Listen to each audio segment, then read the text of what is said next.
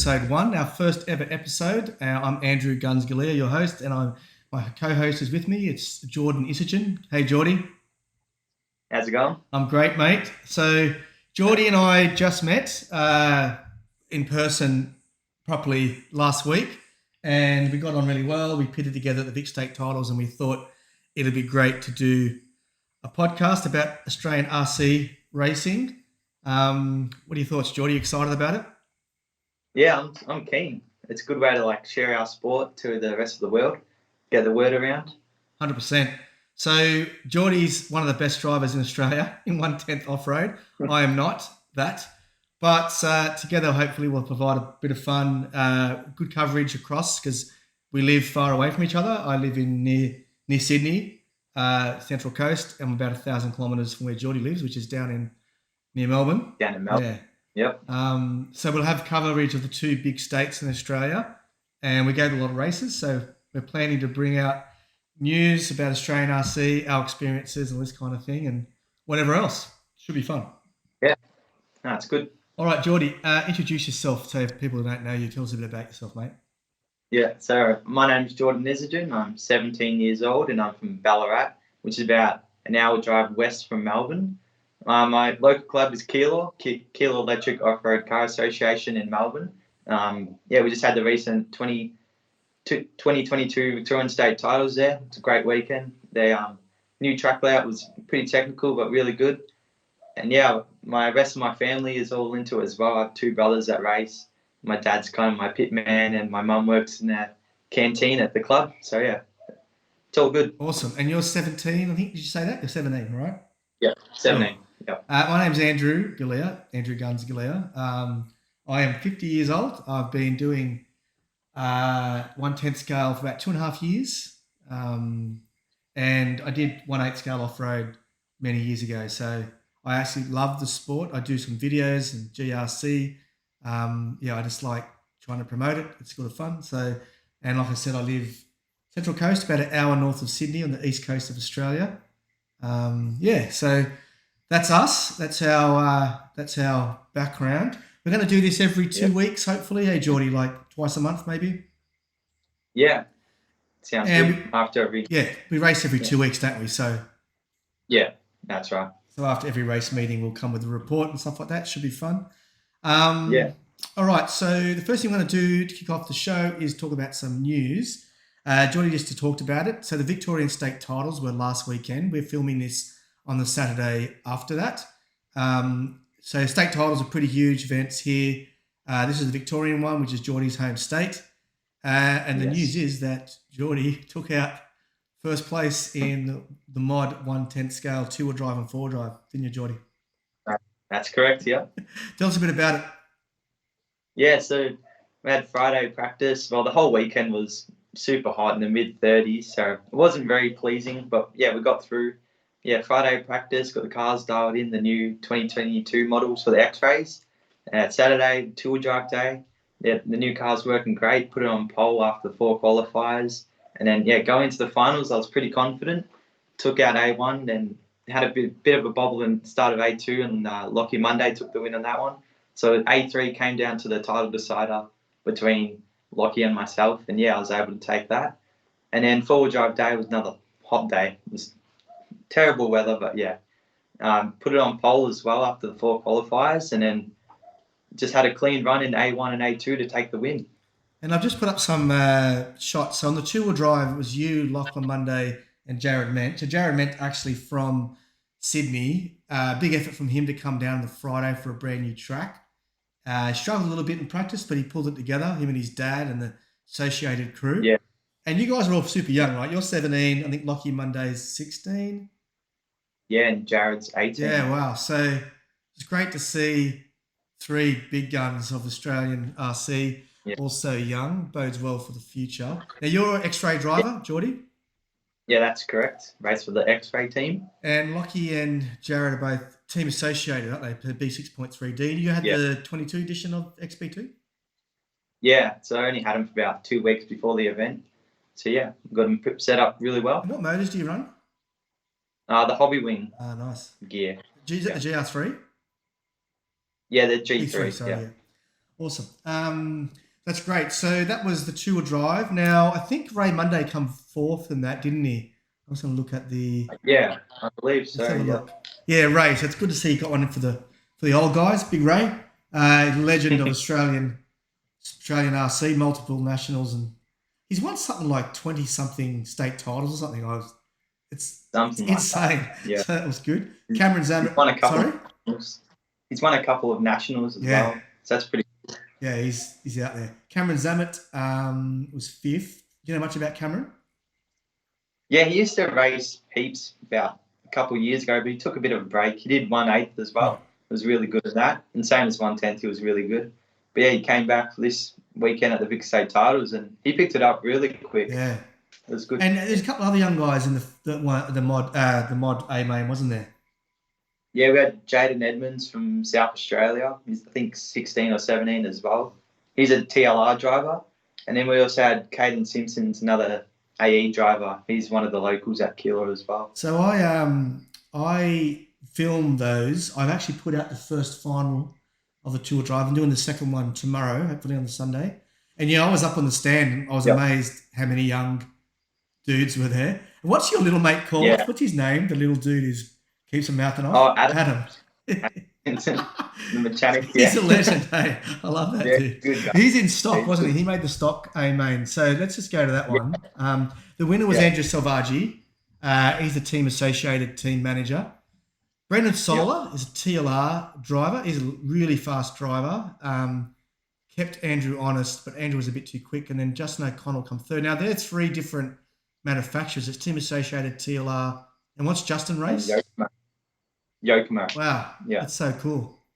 And then it is cool. Yeah, and Louis Solar is Brendan's dad, and he's a veteran of the scene as well. And fourth place, solid for him. I was pretty happy for him. Yeah. And your little mate, Adam Simpson, came eighth. Yeah, he did. He kicked ass then. Yeah, it's good. How old is he? 11. Wow. And he's signed with Associated, I think, isn't he? He's part of the Associated team. Yeah. Yeah, the Camber team, Hobbies team. Yeah, that's right. Yeah. He's 11. He beat me. I came 16th in the two-wheel drive. I was in the Bs, which for me, honestly, I was pretty happy at the state titles, new track and all that. So that was fun. So that was the winner of the stock. So do you want to go through the stadium truck? Yeah, we can get it up.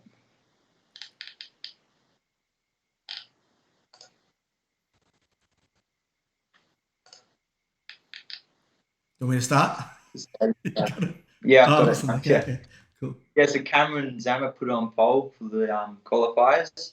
And then in the final, it was probably the closest racing of the weekend between Jared and Cameron. But yeah, Jared took it in he actually won all three finals.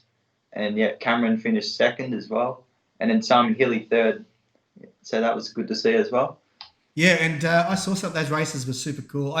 After seeing that, I'm kind of tempted to get a stadium truck. That looked pretty fun. And you can do they do look fun to drive. and it's mod, isn't it? Yeah, open class. Yeah, that's so cool. I was impressed. Yeah. Okay, that was stadium truck and the juniors. Tamara Healy, Noah Carter, and who came third? Jordan. My little bro. Yeah. Lincoln Isergin. So how's he go? Is he go all right? Yeah, he does all right, considering he doesn't like practicing. So he only likes the racing side of it. It's amazing, hey? I just thought how old is he? 13. So I think you told me off camera at 12 you actually won a state titles, didn't you? Yeah, I won the 2016 four-wheel drive stock Victorian state title. It's amazing, man. Yeah, that's pretty cool. I just can't get over that. 12 years old. Well, I guess like Adam's 11 and he came 8th. That's pretty impressive. But to win it is insane. Anyway, that was pretty good. Yeah. Adam's doing much better than what I was doing at that age. So it's good to see. Yeah, it's unreal. Okay, cool. That was the two-wheel drive. Now that was a Saturday. And then on the Sunday we had four-wheel drive. And once again, you won it. In this one though, it was you and Lachlan again. But Big Ray managed to get third place, didn't he? He's on the podium. Yes. Yeah, the A3 of that race was really close between Ray, Cameron, and Jaden as well. It was a really good race. Yeah, I filmed the first two. I don't normally do the dead rubbers, and then I kind of regretted it And Rave asked me after the race, did you film that one? I said, I didn't actually film that one. Yeah. Bit of a shame. I'll have to do that in the future. Yeah, for sure. So that was the mod. And then in the stock, Andrew Savaggi again, Brendan Solar again, and Justin O'Connell again. So it was top three the same in both. Yeah. It's crazy. Just shows how quick they are. Yeah. They were pretty much too good. I mean, a few other people were at their heels, but they were too good. I came 16th again for those who are interested. So 16th at both classes. As I said, that was still okay. I was pretty happy with that. Consistent. I know. Consistently average. B main, that was all right. I wasn't too bad. Yeah. Now, Jordan, the other thing we want to talk about is that we've got the calendar has been released for all the state titles and nationals. So Vic State titles, I just got it up on the screen for those who are watching the YouTube. For those who aren't, Vic State titles were at KEORCA last week, as we said, 21, 22nd, 23rd of Jan. WA, 8th, 9th and 10th. Have you got the graphic up there, Jordy? I'm just getting up right now. So 8th, 9th, 10th of April is WA. Yep. Now, for those who aren't from Australia, because of COVID, WA is pretty much still, the borders are closed. So it's going to probably be just as WA guys there. And it's super far away, like 5,000 kilometres. It's also at the 1/8 facility where they had the 2018 Off-Road Worlds, the Nitro. Yeah, that's an awesome track. Is that where they're running it? Yeah, the Model Off-Road Buggy Club. I'm pretty sure. It says that, yeah. So do they change the track for 1/8, 1/10, or just keep it that size? I believe they would make it a bit smaller, just for the size of the That's car. a massive track. Yeah. It's a big track. It looked awesome. All right, and Queensland state titles are at Chargers on the 20th, 21st, 22nd of May. Now, there's a good chance I'm going to go to that. I'm going to do all three Eastern state titles this year. You're got your final year at school this year, haven't you, Jordy? So year 12, yeah. So we'll have to see. Yeah, I'd love to go to all of them if I could, but yeah, it just depends on school. And the Queensland's called on the SICK track, isn't it? It's like a BMX track. Yeah, SICK surface. Yeah. It's like bitumen kind of thing. So super consistent, super high grip. Yeah. I'd imagine it'd be pretty abrasive on the tyres, would it, as well, or not? Yeah, I've heard it wears out the cars a lot as well. I heard that. Just because of the grip, wears out the chassis and drive shafts and all that. Interesting. New South Wales state titles are in August at the Sydney RC Club. That's Ride. That's my original club where I started. Pretty excited about that. Yeah, I'm keen for that. Better come up, bro. It's going to be awesome. Oh, I'm going to aim that. You heard it here right now. We'll see. Make a bet. It's going to be on. And then Nationals, 21st, 22nd, 23rd, 24th, 25th of September. Chargers, again, we're back up for Chargers. That's why a lot of us are keen to get up there for the state titles. Like a warm-up. Warm-up, Get used to it. Get our setup sorted. And then because it's so consistent, chances are we'll be able to come back and reset up our cars. But it's going to be a lot hotter in September than May. Yeah, usually. Yeah. And does heat make a big difference for you, for your setups? Kind of, because the hotter weather makes the oils in your diffs and shocks feel thinner. So you usually go up in the oils as well. So and of course, the hotter temperature means more tyre wear as well. And you can use harder compounds, right? But it'll be fixed anyway, won't it? It'll be control tyre. It'll be yeah. No, so that's it. That's the news for Australian RC. So we will sometimes have news from overseas if it's big enough. There's big races in the States or in Europe, or if it's Worlds, obviously. Yeah. But that's good. So pretty keen. So we'll hopefully have, between us, we'll probably go to most of them. Should be good. We can hear about Jordy's exploits and my efforts to get into the A-mains of everything. You heard him. We'll see how that goes. You can actually watch this on YouTube. So we're going to put this up on it's GRC Racing is the YouTube channel. So they're up on there, but also the audio will be available from all your normal podcast apps that you use. You can download that as well. So yeah, that's going to be cool. So we're going to have a quick break and we'll come back for the next section. See you soon.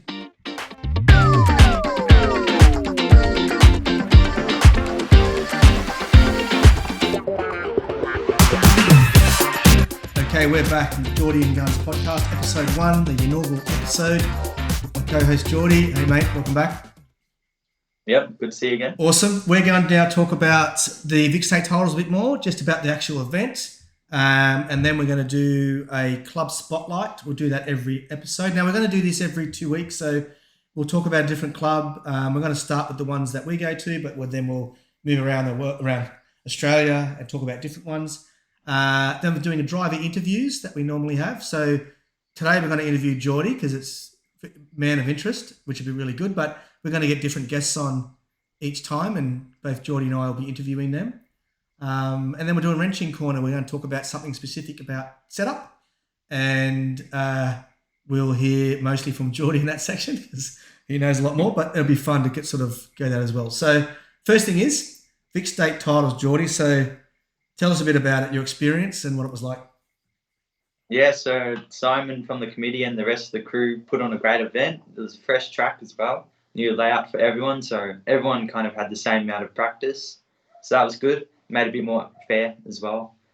The oiled surface took a while to bed in actually on the club day before. It was super oily and cleaning the cars was an absolute mess. So, but yeah, on the race weekend, the Vics, it was, really good. Track was dialed, cars were dialed.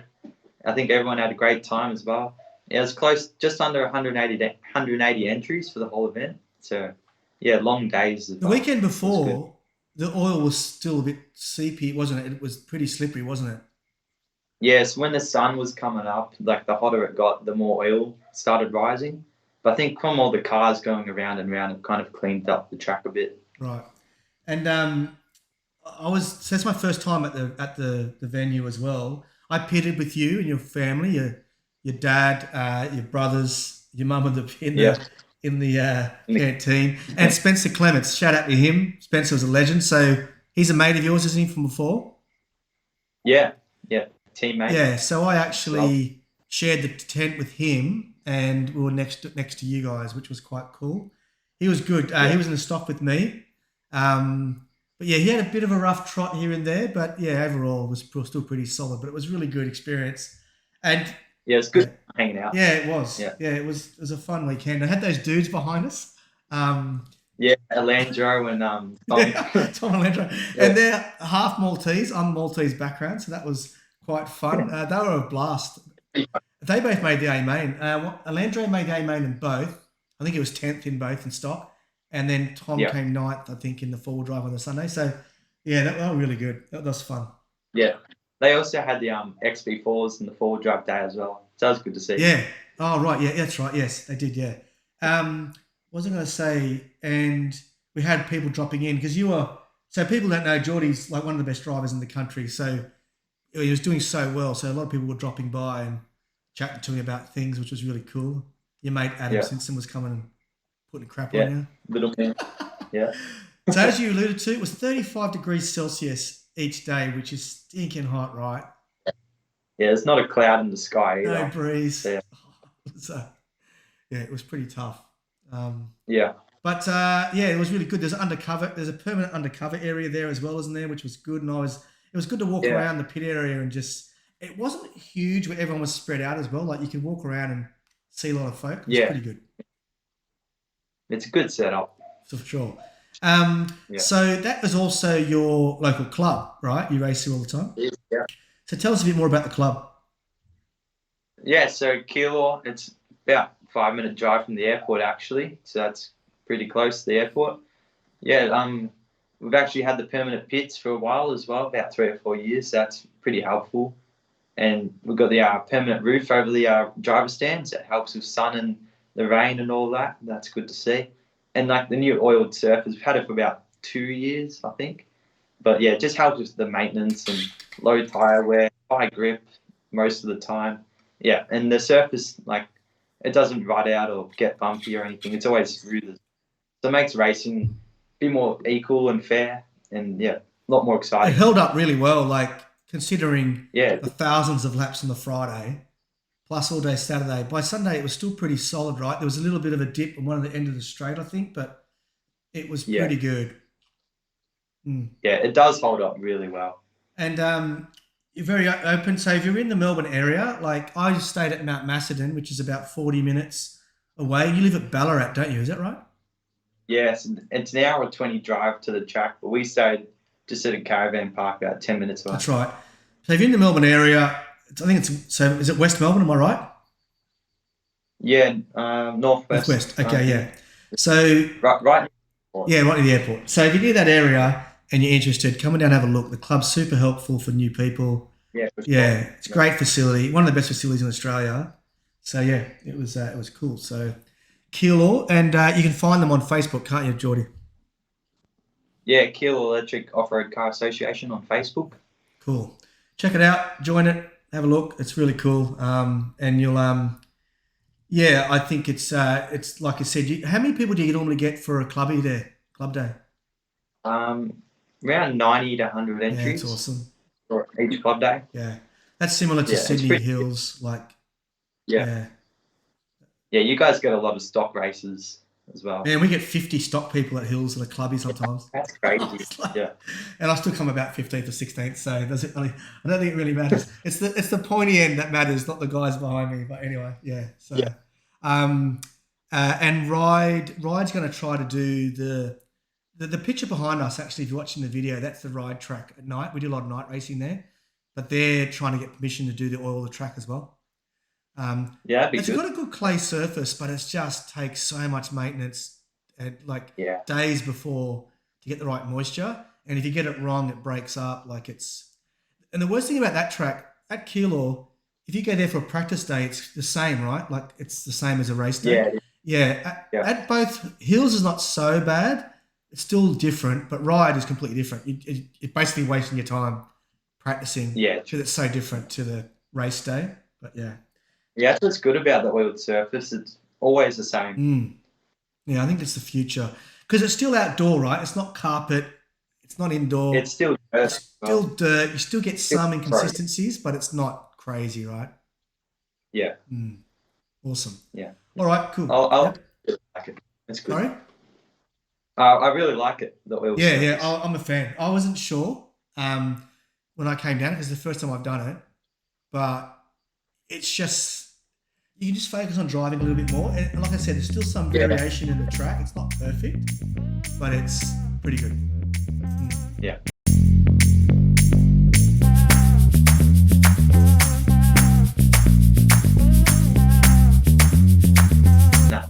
Sure.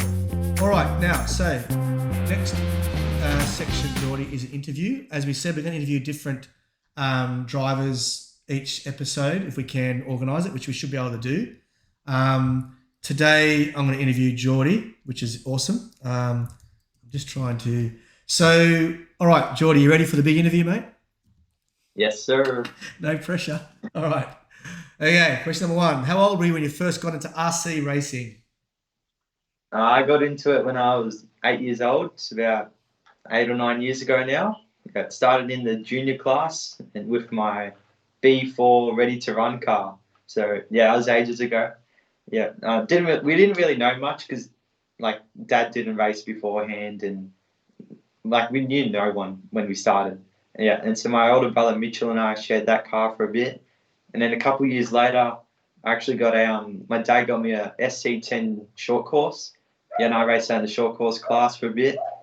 And then, just racing the junior class and short course class up until 2016. That's when I moved on to the stock class. Yeah, I raced 2-wheel and 4-wheel stock. And that's when I won my first state titles in 2016 at the same club at KEORCA, home track. So, yeah, that was good. Probably my first biggest win as well for the year. Yeah. And actually came second at the New South Wales state titles that year in 4-wheel stock. Really? I didn't know that. It was at it's at the Ride track. Yeah. That was wild. That was before I was doing it. I've only been doing it for 2.5 years. Wow. Yeah. Okay. And so, sorry, keep going. Yeah. Yeah. No, that's right. So 2017, I moved on to mod. So just been running in the mod class since then. So you had 1 year in stock. Is that you had? Yeah. Interesting, because a lot of there's a lot of good young drivers like Adam Simpson, or even up in Sydney, we've got a whole bunch of good young drivers. Angus Blaney, Sam Moffat, but they're still in stock, and there's some discussion around when's the good time. What do you think about that? You did it after 1 year. Do you think it's good to spend a bit more time in stock, or for you it worked out well? So what do you think? I think for myself, because I was doing pretty well considering how much I raced before and what I knew about the car setups and all that. That's why I decided to go to mod, so I can learn a bit more, race with some faster guys, and just pick up my pace a bit more. But if there's heaps of competition in stock, it's good to like stay in stock for a bit longer, because I reckon you learn your lines a lot more in stock, just trying to get around the track quicker without any mistakes. I think It's definitely worthwhile racing in stock. Yeah, it's a good before point. you go. Because see, Angus Blaney and Sam Muffet, right? They're not winning state titles, right? Like they're creeping into the bottom of the A's, a bit like Adam, right? Or they're top of the B's. So I agree. If you're winning state titles, I think if you win a state titles, you probably should go to mod, no matter who you are. But anyway, that makes a lot of sense. So those guys, and there's a lot of good drivers in stock in Sydney, for sure. Yeah, like heaps of good drivers. So cool. All right, that's for sure. interesting. So they talked about your old cars. What do you drive today? So currently I race for X-Ray. I've got my new XB4 22 model, and I've also got the new XB2 22 model. So I've only had them for about 2 or 3 weeks. And you mentioned you use Hobby Wing motors. Yeah, Hobby Wing motors and ESCs. Cool. Yeah. You've got this. So you're watching the video. You can see Jordy's. Is that your four-wheel drive in front of you? Yeah, it is. Yeah. Yeah. That's your winning four-wheel drive car. So I've got the same cars, same ESC, and I just bought the motors.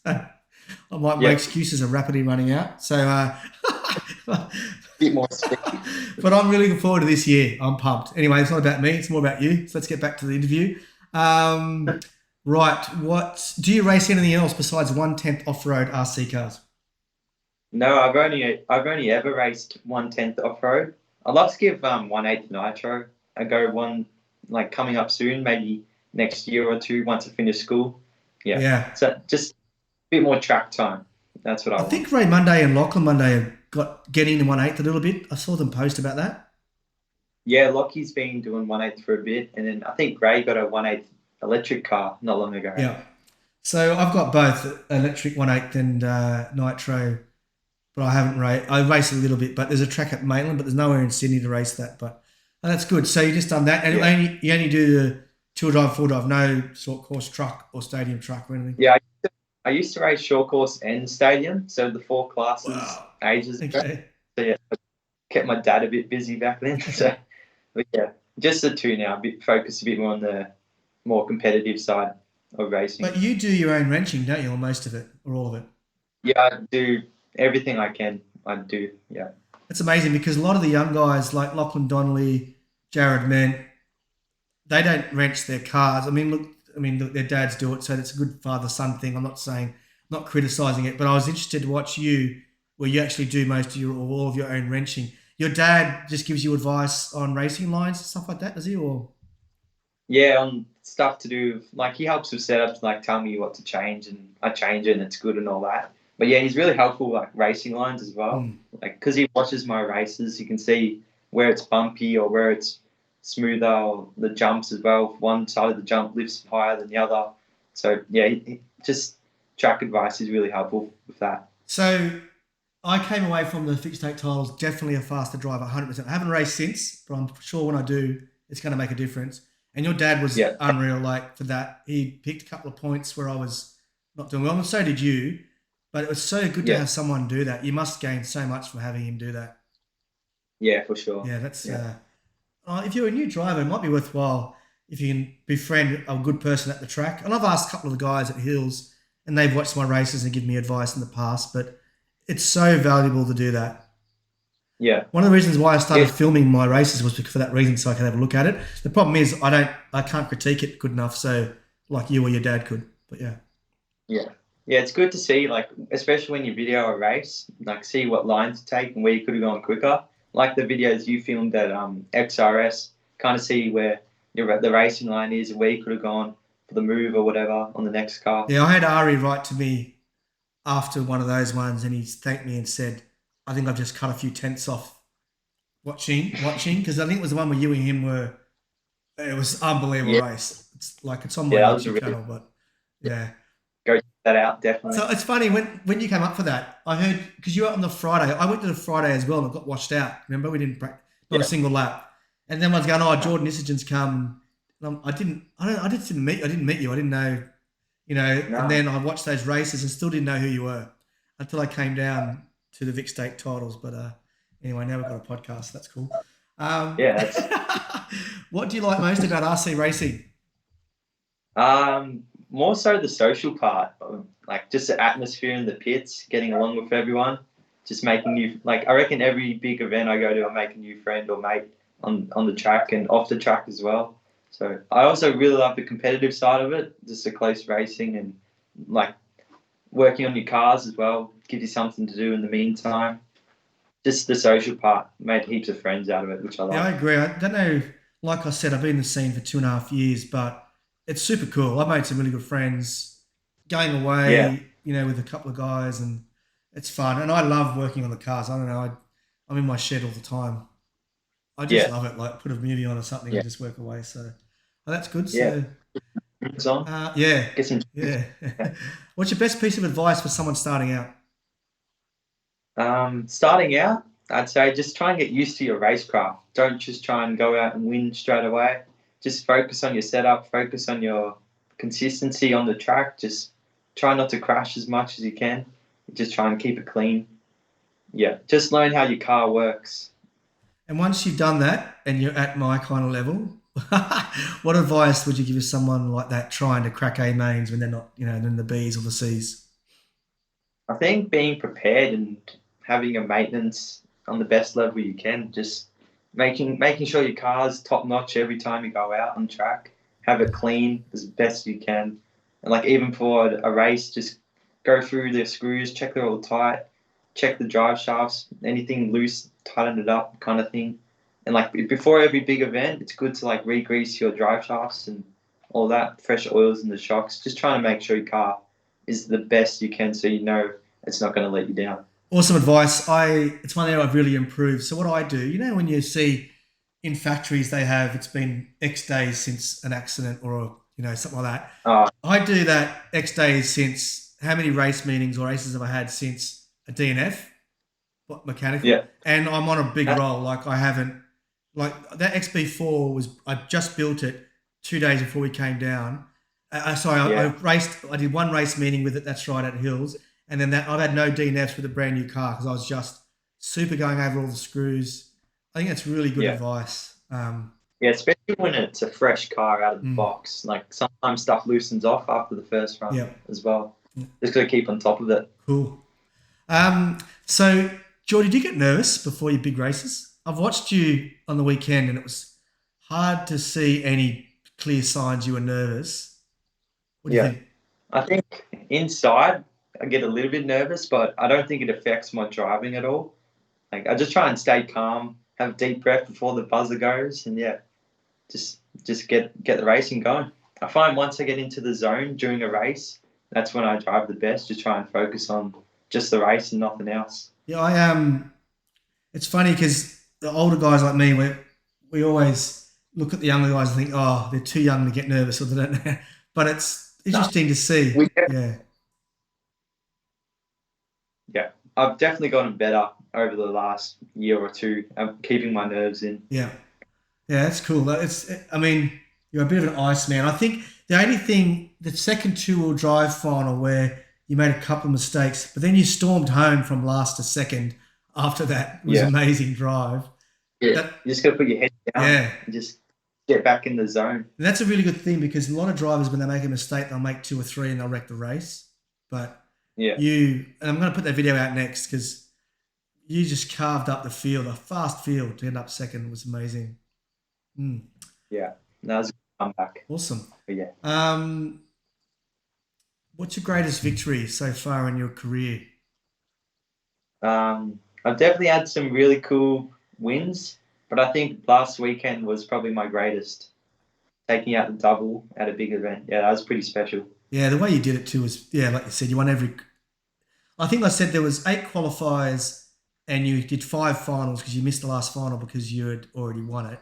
So out of Yeah, those 13 races, you won 12 of them, right? yeah, that's correct. Yeah, Yeah, it's pretty impressive. I mean, Lockie's no mug, right? He's a fast driver, Lockie Monday. for sure. Yeah, Yeah, but to beat yeah. him 12 out of 13 times is pretty impressive. Any RC racing career goals? Like you've been to Worlds once before, haven't you? You went to the one in. Yeah, the 2019 one at Huddy Arena. That was amazing. I've watched those finals videos so many times. Yeah, and that was a really good experience. And you were the Yeah, top Aussie in one of the classes, were you? yeah, and two-wheel drive actually. You Yeah, are. I think we had about 5 Aussies in the same race in the I've finals. seen that So, race. Yeah, I've seen it. It's got was it Ari in it as well, and was it Lachlan Donnelly? yeah, Donnelly, Ari, and Lockie and Ray Monday. Wow. Yeah, and myself. Yeah. So it's basically like a club day or a nationals at a world The world titles. titles. And that was like the Yeah. top. What'd you end up coming? 62nd, I Yeah, I think. remember watching that race. They were talking about there was a lot of Aussies in the race, and I didn't know your name, but I knew Ari and Ray and that. So that's awesome. Yeah. So you've got I any was, career goals to do? You want to go to Worlds again? Obviously, I think. Do you want to do better or? oh, for sure. Yeah, I'd love to go to another worlds. Definitely. Like especially after year 12 this year, I'd love to travel a bit more next year. Just race a bit more around Australia. Mm. It's going to be cool to see you and Lockie Donnelly and Lachlan Monday, Jared, like a bit older, and to see you go to a Worlds and see how you go. Because Yeah, because I definitely think I've improved a lot since 2019 as oh well. yeah, I've been taking it more serious now. mm, awesome. All right, what's your favourite food? Uh, a good steak cooked on the barbecue, I reckon. All right, that's fair enough. Favourite pastime outside of RC racing? What do you do? You do anything else hobby wise? Yeah, so I've gotten into a bit of mountain biking lately. I have a couple of mates from school that do it, so yeah, they convinced me to start doing it through. It was when we were in lockdown, so no racing was happening, but we had the 5 kilometre bubble where we could go. We got heaps of trails around because we live kind of in the rural area. Yeah, there's heaps of trails and yeah, mountains and hills and stuff we go to. Sweet, So yeah, it's good fun. that's awesome. Bit of fitness as well. Yeah. And favourite movie? Are you a movie buff?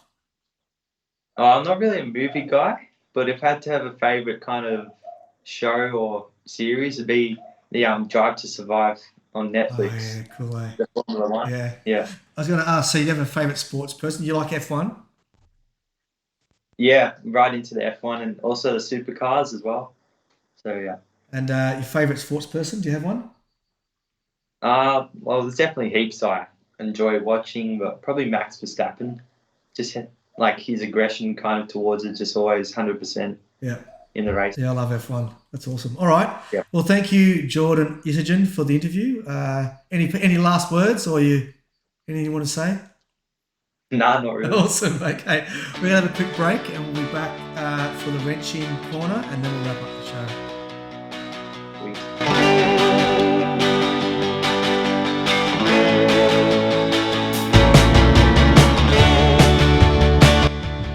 Welcome back to the Jordy and Guns podcast, episode 1. Back with Jordy Isergin, my co-host. G'day, Jordy. Hello. This segment is called Wrenching Corner. I put up, for those watching the video, there's a picture of Jordy's XB4 and XB2, the winning cars from the Victorian stake titles. Jordy, so this section, each episode, we're going to pick something about setup and talk about it.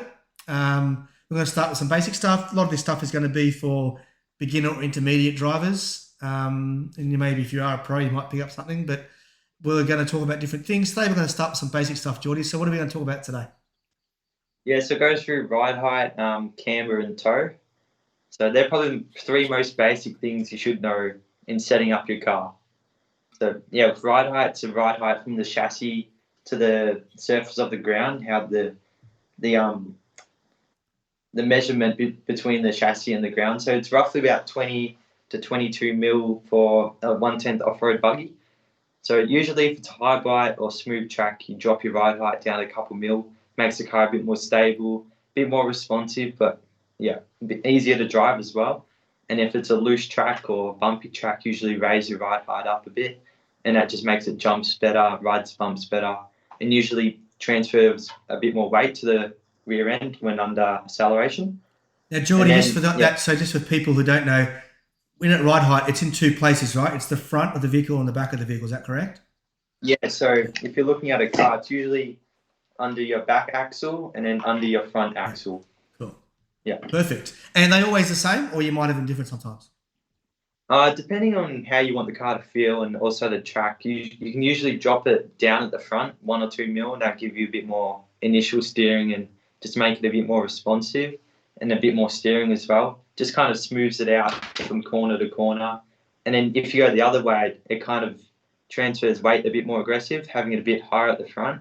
But then you also tend to find the front end will roll around a bit more. All right, awesome. Depends on the track as well. And this for ride heights as well. We talked about heat earlier. The oils and the shocks, the will get thinner if it's really hot. So even throughout a day, it's worth rechecking your ride height. Even bleeding your shocks, letting the air out. So it's always good to check it, isn't it, Jordy? Just make sure you're always the same before each race. Yeah, that's right. And then even after you change your setup or stiffer spring or thicker oil, you always have to check your ride height every time before you go out on the track. Every time. Yeah, awesome.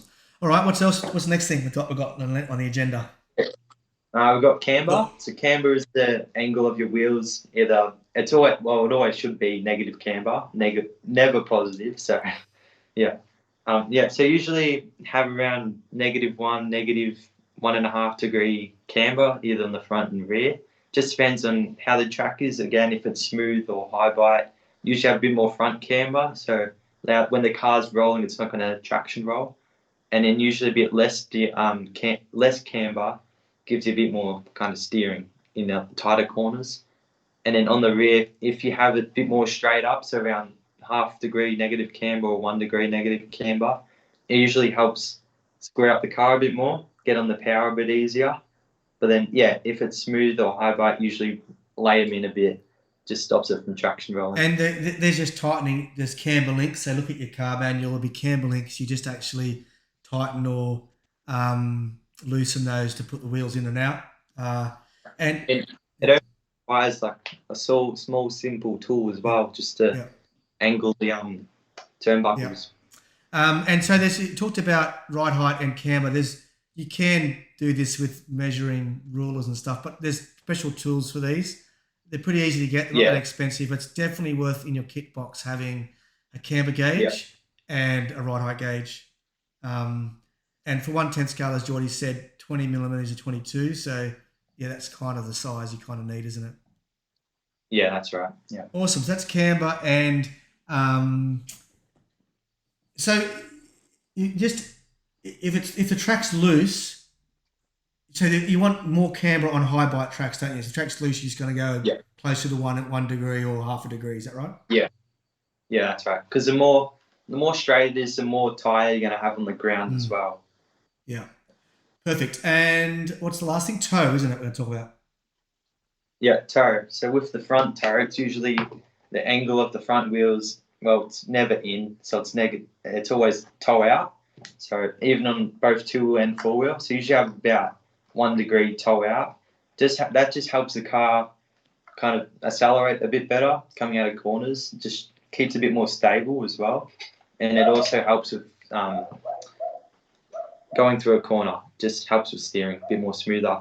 And then if you want it to have a bit more corner speed, you could say usually just go maybe ½ degree toe out. Sorry. And then usually on the rear, you adjust it by the pills on the C and D block.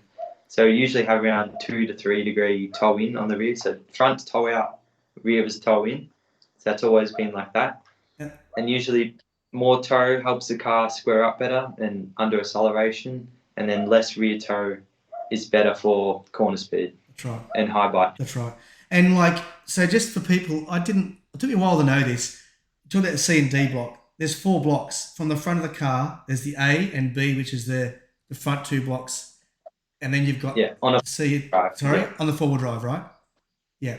And then there's the C and D block, the rear of the car, and you talk about the pills. So that's how you actually do. I think normal car setup's about 2.5 degrees. I think, isn't it? It toe in on the rear. Yeah. Around there. Yeah. And then you can change those pills to make it 3.5 or 3 or 2 or okay. Yeah. Awesome. And so once again, if the cars were high bite, you want to lessen the toe on the rear, don't you? Because it'll improve your corner speed. Yeah, that's right. Yeah. Cool. Just make it a bit edgy as well. And how much would you change this during a race meeting, would you set it for the track and the toe stays the same, or you actually might adjust it here and there? Well, yeah, kind of depends on the track and tyre you're on, especially with tyres. If it's like a bar style tyre, like a J Concepts Ellipse or Proline, what are they called? Yeah, the bar, like the Electrons bar or positrons or something. yeah, that's it. Yeah, usually have a bit less toe with a bar tyre than with a more open style pin tyre.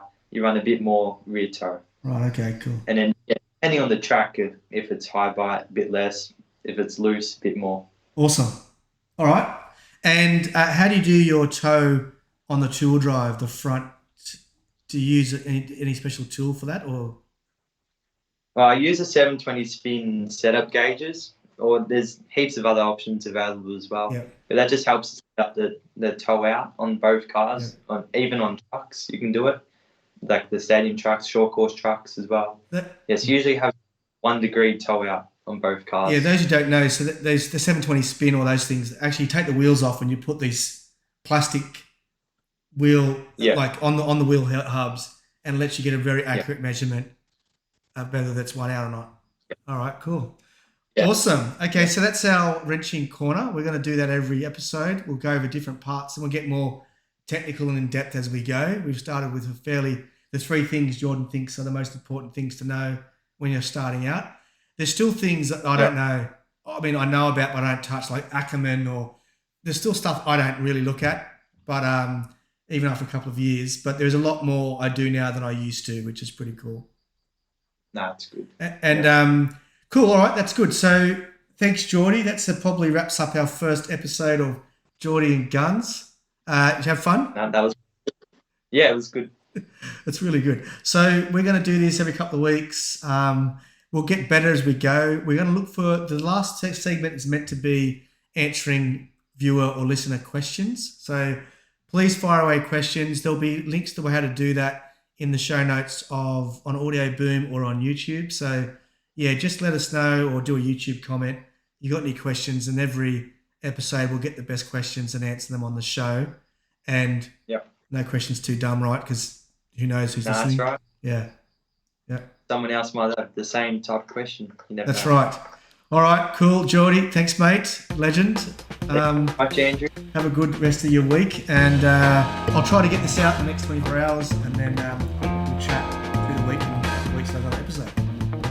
Yeah, it sounds good. All right, signing off. Peace. Thank you. Bye.